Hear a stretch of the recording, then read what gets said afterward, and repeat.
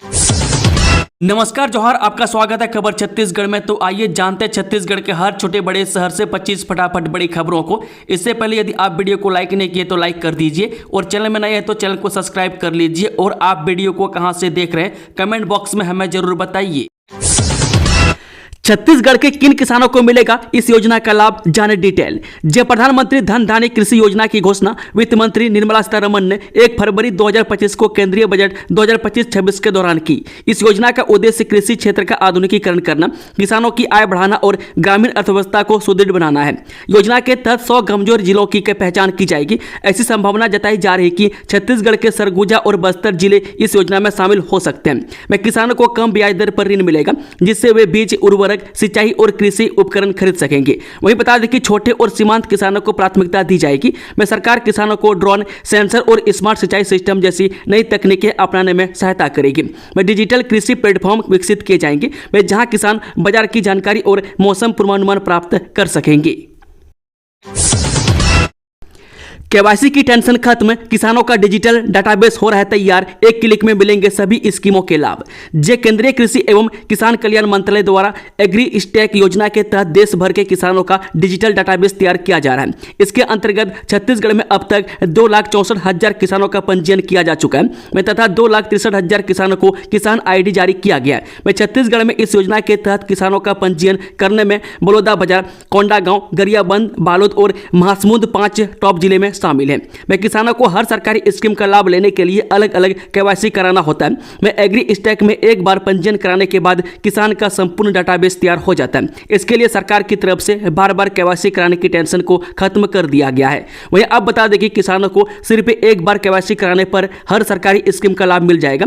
उल्लेखनीय है कि एग्रो स्टैक भारतीय कृषि क्षेत्र के लिए एक डिजिटल इकोसिस्टम है, जिसे भारत सरकार ने विकसित किया है, जिसका उद्देश्य किसानों का संपूर्ण डाटाबेस बनाना है, जिसमें किसानों की पहचान, भूमि रिकॉर्ड, आय, ऋण, फसल और बीमा की जानकारी समाहित होगा। छत्तीसगढ़ को रेलवे से बड़ी सौगात, नवा रायपुर में 60 एकड़ में बनेगा अत्याधुनिक ट्रेन वॉशिंग स्टेशन। नवा रायपुर में केंद्रीय स्टेशन के पास वॉशिंग स्टेशन बनेगा। इसके लिए 60 एकड़ जमीन का चयन कर लिया गया है। में स्टेशन बनने के बाद बोगियों और इंजन की मरम्मत के अलावा रखरखाव वहां शुरू हो जाएगा। बता दें कि पूरे प्रोजेक्ट की लागत 1500 करोड़ रुपये है। इसके साथ ही रेल सुविधाएं बढ़ेंगी। में खरसिया से रेल लाइन का विस्तार नवा रायपुर तक होगा। बता दें कि यहाँ के ट्रैक को परमल कसा तक जोड़ा जाएगा। उसके बाद नवा रायपुर से कोलकाता, मुंबई और विशाखापट्टनम तक सीधे ट्रेन चलेगी। रेलवे तकरीबन 1 दर्जन से अधिक ट्रेनें शुरू करेगा। बता दें कि अभी रायपुर स्टेशन या इसके आसपास वॉशिंग स्टेशन नहीं है। वे पहले चरण में रायपुर विशाखापट्टनम वंदे भारत एक्सप्रेस, दुर्ग जम्मू तवी, दुर्ग निजामुद्दीन, दुर्ग गोरखपुर, दुर्ग कानपुर, दुर्ग भोपाल, दुर्ग जयपुर, दुर्ग अजमेर, दुर्ग दिल्ली राजहारा एक्सप्रेस को चलाने की योजना है। 9 करोड़ 80 लाख किसानों के लिए खुशखबरी, पीएम मोदी इस दिन ट्रांसफर करेंगे सम्मान निधि की 19वीं किस्त।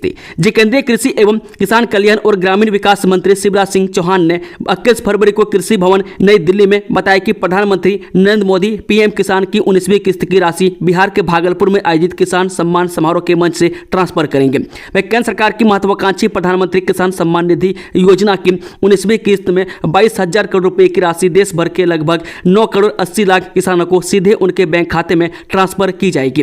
बता दें कि शिवराज सिंह चौहान ने बताया कि पीएम किसान की 18वीं किस्त में केंद्रीय कृषि एवं किसान कल्याण मंत्रालय द्वारा किसानों के खातों में 20,665 करोड़ रुपए दिए गए थे। वह आदरणीय प्रधानमंत्री श्री पीएम मोदी जी 24 फरवरी को बिहार के भागलपुर से लगभग 9 करोड़ 80 लाख किसानों के खाते में प्रधानमंत्री किसान सम्मान निधि की 19वीं किस्त के रूप में 22,000 करोड़ रुपए की राशि अंतरित करेंगे।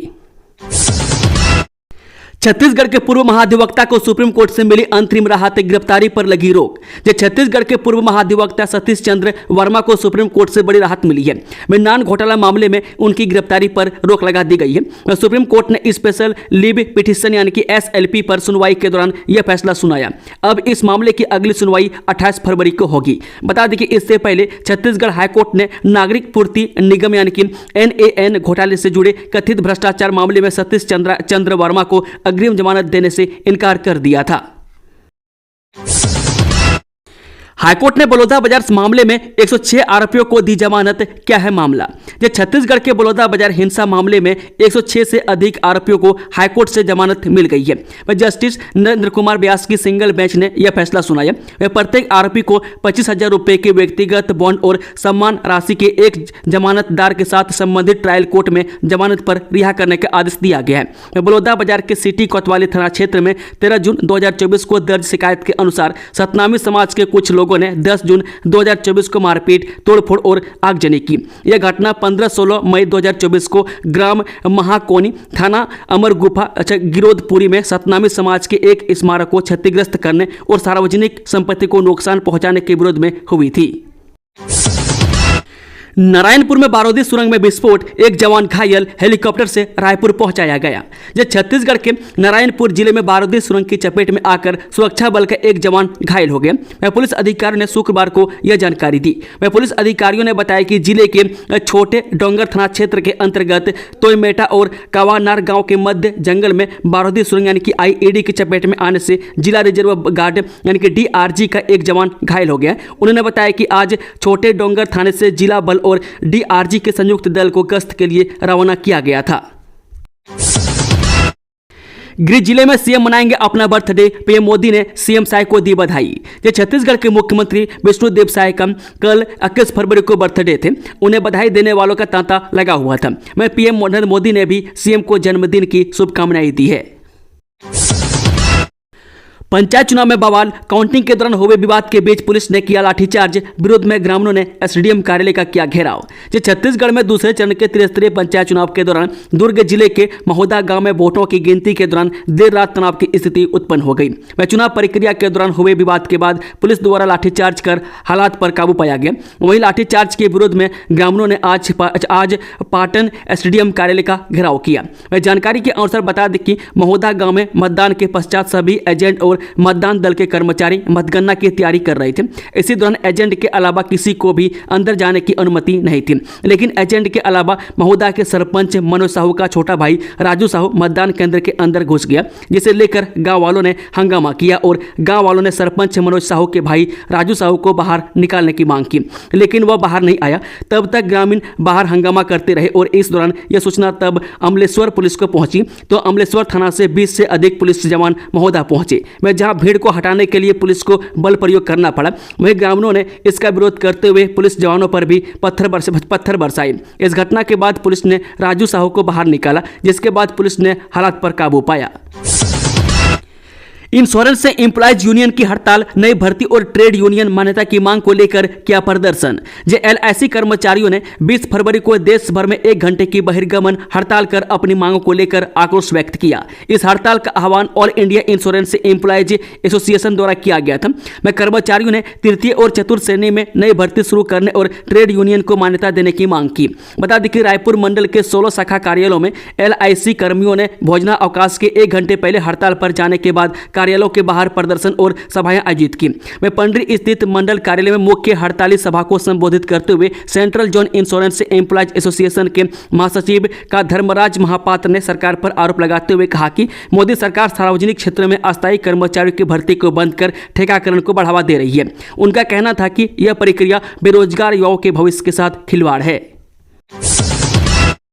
और सामाजिक तत्वों ने गड़िया पहाड़ में लगाई आग, वन विभाग में मचा हड़कंप, आग पर काबू पाने की कोशिश जारी। जब कांकेर शहर स्थित गड़िया पहाड़ में फिर से आगजनी की घटना सामने आई है। वह असामाजिक तत्वों ने गड़िया पहाड़ में आग लगा दी। वह पहाड़ से धुआं निकलने से क्षेत्र में हड़कंप मच गया। वह सूचना के बाद वन विभाग की टीम मौके पर पहुंच गई है। वह फायर वॉचर के साथ आग पर काबू पाने की कोशिश जारी है। वह जानकारी के मुताबिक घटना कांकेर वन मंडल की है। यहाँ शुक्रवार सुबह गड़िया पहाड़ में आग लगने से भयंकर धुआं उठने लगा। वह आग की चपेट में आकर पेड़ पौधों को नुकसान पहुंचा है और सामाजिक तत्वों ने आग लगाई है। वन विभाग की टीम मौके पर पहुंचकर फायर वॉचर के साथ आग बुझाने में जुटी हुई है। स्कूल के टॉयलेट में हुआ ब्लास्ट, 8वीं की छात्रा झुलसी, परिसर में मचा हड़कंप। न्यायधानी बिलासपुर के एक निजी स्कूल के गर्ल्स टॉयलेट में अचानक ब्लास्ट होने से 8वीं कक्षा की छात्रा बुरी तरह से झुलस गई, जिसे इलाज के लिए अस्पताल में भर्ती कराया गया। घटना की सूचना के बाद सिविल लाइन पुलिस मामले की जांच में जुट गई है। जानकारी के मुताबिक बता दें कि saint Vincent Pallotti senior secondary school में आज एक शरारती छात्र ने गर्ल्स टॉयलेट में केमिकल सोडियम डाल दिया था। जब 8वीं कक्षा की छात्रा ने वॉशरूम में फ्लश किया तो रिएक्शन होने से धमाका हो गया। घटना में छात्रा पूरी तरह से झुलस गई। गर्ल्स टॉयलेट से बचाओ की आवाज आने पर स्टाफ पहुंचा। छात्रा को गंभीर अस्पताल में भर्ती कराया गया। घटना से स्कूल प्रबंधन की लापरवाही उजागर हुई है। वहीं सिविल लाइन पुलिस ने मामले की जांच में जुट गई है। विदेशी फंड से होता है धर्मांतरण का खेल, सीएम साय ने दे दिया यह सख्त निर्देश। एनजीओ वालों की अब खैर नहीं। ये छत्तीसगढ़ के मुख्यमंत्री विष्णुदेव साय धर्मांतरण को रोकने के लिए सख्त नजर आ रहे हैं। उन्होंने अधिकारी को राज्य में विदेशी फंड प्राप्त करने वाले एनजीओ की जांच करने के निर्देश दिए। उन्होंने यह भी कहा है कि यह सुनिश्चित किया जाए कि इस तरह की सहायता का उपयोग धर्मांतरण सहित अवैध गतिविधियों में तो नहीं किया जा रहा है। सीएम ने कहा कि धर्मांतरण जैसी अवैध गतिविधियों में लिप्त पाए जाने वाले किसी भी संगठन के खिलाफ सख्त कार्रवाई की जाएगी। स्टैंडबाजी करने वाले स्टूडेंट होंगे निलंबित, जिला शिक्षा अधिकारी ने दिया परीक्षा से वंचित करने का आदेश। कक्षा 12वीं की विद्यार्थियों की विदाई के नाम पर अंबिकापुर शहर की सड़कों पर 4 पहिया वाहन में स्टैंड करने वाले आत्मानंद स्कूल बतौली के 11 विद्यार्थियों की पहचान कर ली गई है। इन सभी विद्यार्थियों को तत्काल प्रभाव से निलंबित करने का निर्देश दिया गया है। संबंधित विद्यार्थियों के अभिभावकों को नोटिस जारी कर जवाब लेने के लिए निर्देश प्राचार्य को दिए गए। जवाब संतोषप्रद नहीं होने पर विद्यार्थियों के चरित्र प्रमाण पत्र पर इसका उल्लेख करने तथा आगामी परीक्षा से वंचित करने का भी निर्देश दिया गया है। प्रदेश के खिलाड़ियों को ओलंपिक स्तर की स्पर्धाओं के लिए प्रशिक्षित करेगा आईओए। प्रदेश के खिलाड़ियों को ओलंपिक स्तर की स्पर्धाओं के लिए भारतीय ओलंपिक संघ की टीम प्रशिक्षित करेगी। वहीं बता दें कि आईओए का एक विशेष प्रतिनिधिमंडल छत्तीसगढ़ आएगा, जिसमें विभिन्न खेलों के अनुभवी कोच और विशेषज्ञ शामिल होंगे। बता दें कि वे स्थानीय खिलाड़ियों को ओलंपिक स्तर की प्रतिस्पर्धाओं के लिए प्रशिक्षित और खेल तकनीकों को निखारने में सहायता करेंगे। यह जानकारी मुख्यमंत्री विष्णुदेव साय को आईओए की अध्यक्ष और राज्यसभा सांसद पीटी उषा ने दिए। वे गुरुवार को नई दिल्ली में मुख्यमंत्री साय से मिलने के लिए पहुंची हुई थी। टीचर ने 3 बच्चों को डंडे से पीटा, फिर 200 बार करवाई उठक बैठक, अधीक्षक बना रहे थे वीडियो। छत्तीसगढ़ के बलरामपुर रामानुजगंज जिले के पहाड़ी कोरबा आश्रम जिगनिया में अध्ययनरत कक्षा 5वीं के 2 पहाड़ी कोरबा बच्चे समेत कक्षा 5वीं के ही एक अन्य बालक की डंडे से बेहद पिटाई करने के साथ 200 बार उठक बैठक कराने का मामला सामने आया है। जब यह सब हो रहा था तो छात्रावास के अधीक्षक वीडियो बना रहे थे। वीडियो वायरल होने के बाद मामले का खुलासा हुआ। अब इस मामले में कुसमी पुलिस ने छात्रावास अधीक्षक व मारपीट करने वाले दंपति के खिलाफ मामला दर्ज कर लिया गया है। पंचायत चुनाव में बिलासपुर हारे प्रत्याशी के समर्थकों ने किया पथराव, मतदान दल को बनाया बंधक, 100 से ज्यादा लोगों पर केस दर्ज। जिले के सरकंडा थाना क्षेत्र के लगरा ग्राम पंचायत में दूसरे चरण के मतदान के बाद मतगणना के दौरान हिंसा भड़क उठी। हार से आक्रोशित प्रत्याशी और उनके समर्थकों ने मतगणना स्थल पर हंगामा किया और पुनर्मतगणना की मांग को लेकर अधिकारियों से बहस करने लगे। विवाद बढ़ते ही मामला हिंसक हो गया और गुस्साए समर्थकों ने मतदान दल को बंधक बनाकर उन पर हमला कर दिया। इतना ही नहीं, तैनात पुलिस बल पर भी पथराव किया गया, जिससे 3 पुलिसकर्मी घायल हो गए और 2 से अधिक गाड़ियां क्षतिग्रस्त हो गई। इस घटना के बाद पूरे क्षेत्र में अफरा तफरी मच गई है। वह पुलिस ने हालात को काबू में किया और 14 नामजद समेत 100 से अधिक लोगों के खिलाफ मामला दर्ज कर लिया है। वोट न देने पर मतदाता को जान से मारने की धमकी, पीड़ित ने थाना पहुंचकर दर्ज कराई शिकायत। जिले के पुसोर थाना क्षेत्र स्थित ग्राम गोतमा में एक मतदान विवाद को लेकर एक परिवार को धमकी देने का मामला सामने आया है, जिसमें पीड़ित परिवार ने अपनी और परिवार की सुरक्षा को लेकर पुसोर थाना प्रभारी को आवेदन देकर धमकी देने वालों के खिलाफ कार्रवाई की मांग की है। घटना के संबंध में पीड़ित अनादि गुप्ता ने थाना पुसरो में शिकायत दर्ज कराते हुए बताया कि 18 फरवरी की रात लगभग 8 बजे गाँव के कुछ लोगों ने उनके घर के सामने पहुंचकर उन्हें और उनके परिवार को गालियां दी। पीड़ित के अनुसार कृष्ण कुमार सिदार, साहेब राम चौहान, फागूलाल चौहान समेत अन्य 10 से 15 लोग उनके घर के पास आकर बोले, तुमने आशीष को वोट नहीं दिया तो सुधर जाओ वरना तुम्हारे बेटों को जान से मार देंगे। जेल से बाहर आए विधायक देवेंद्र यादव समर्थकों की लगी भीड़, भारी संख्या में पुलिस बल तैनात। जब बलौदा बाजार हिंसा मामले में विधायक देवेंद्र यादव जेल से रिहा हो गए। बता दें, देवेंद्र यादव आगजनी और हिंसा मामले में पिछले 7 महीनों से जेल में बंद थे। उन्हें सुप्रीम कोर्ट ने कल जमानत दे दी थी, जिसके बाद अब उन्हें रायपुर के सेंट्रल जेल से रिहा कर दिया गया है। जिला पंचायत सीईओ नम्रता जैन ने पीएम आवास के निर्माण कार्यों में तेजी लाने के दिए सख्त निर्देश। सीईओ जिला पंचायत नम्रता जैन ने गुरुवार को जिला पंचायत सुकमा के सभाकक्ष में सुकमा जनपद पंचायत के सीईओ विकासखंड समन्वयक, कार्यक्रम अधिकारी एवं तकनीकी सहायकों के साथ बैठक आयोजित की। इस दौरान उन्होंने प्रधानमंत्री आवास योजना यानी कि ग्रामीण के तहत निर्माणाधीन आवासों को 15 मार्च तक पूर्ण कराने के निर्देश दिए। साथ ही निर्माण कार्य में प्रगति लाने हेतु आवश्यक कदम उठाने पर जोर दिया। त्रिस्तरीय पंचायत चुनाव में 77 वोट से जीती राजनंदिनी जाहिरे। ग्राम पंचायत कुथुर में त्रिस्तरीय पंचायत चुनाव अंतर्गत जनपद पंचायत नवागढ़ के ग्राम कुथुर के 22 वर्षीय सरपंच प्रत्याशी राजनंदिनी जाहिरे ने 4 प्रत्याशियों को पछाड़ते हुए 77 वोटों से जीत हासिल की है। गौरतलब है कि ग्राम पंचायत से 4 प्रत्याशी सरपंच पद के लिए खड़े थे। जहां ग्राम कुथुर के जनता ने एक बार राजनंदिनी जाहिरे के ऊपर भरोसा जताया और भारी वोटों से जीत दिलवाए हैं। नवनिर्वाचित सरपंच ने बताया कि जो मैंने चुनाव के पहले गाँव के विकास के लिए वादे किए हैं उसमें मैं 5 सालों से पूरा करूंगा और मैं गांव के जनता के हर काम में सहयोग करूंगा। छत्तीसगढ़ के इस गांव में सोनू किन्नर बनी सरपंच। ग्राम सरकार को लेकर कही बड़ी बात। शहर से लगे ग्राम पंचायत चनवारी डांड में ग्रामीणों ने सोनू किन्नर पर भरोसा जताया है। ग्रामीणों ने पंचायत चुनाव में सोनू किन्नर को सबसे ज्यादा वोट देकर सरपंच चुना। बता दें कि 2665 मतदाताओं वाले चनवारी डांड ग्राम पंचायत में सरपंच के लिए 5 प्रत्याशी चुनावी मैदान में थे। गोरी सिंह किन्नर, सोनू सिंह, उबराव, कलावती पैकरा, शशिकला और मंगलवती सिंह मरावी ने सरपंच का चुनाव लड़ा। 20 फरवरी को हुए इस चुनाव में किन्नर, सोनू सिंह, उबराव ने 550 से ज्यादा वोट हासिल किए और अपने प्रतिद्वंदियों को करारी शिकस्त दी। किन्नर सोनू ने ताला चाबी छाप से सरपंच का चुनाव लड़ा और बड़ी जीत दर्ज की है। सोनू की जीत से समर्थकों में खासा उत्साह है। उन्हें बधाई और शुभकामनाएं देने वालों का तांता लगा हुआ है। छत्तीसगढ़ आ सकते हैं पीएम मोदी, विष्णुदेव साय ने दिया न्योता। धर्मांतरण और बजट पर सीएम ने कही ये बात। छत्तीसगढ़ विधानसभा का बजट सत्र 24 फरवरी से शुरू हो रहा है। सरकार का दावा है कि इस बार का बजट काफी खास रहने वाला है। सीएम विष्णुदेव साय ने कहा कि इस बार ट्रिपल इंजन का बजट है। इसका इंतजार कीजिए, इस बार का बजट काफी खास रहने वाला है। दिल्ली दौरे से लौटने के बाद साय ने ये बातें कही। पूर्व मंत्री लखमा ने विधानसभा सत्र में शामिल होने की मांगी अनुमति। कोर्ट ने खारिज किया आवेदन। इधर जमानत के लिए हाईकोर्ट में लगाई याचिका।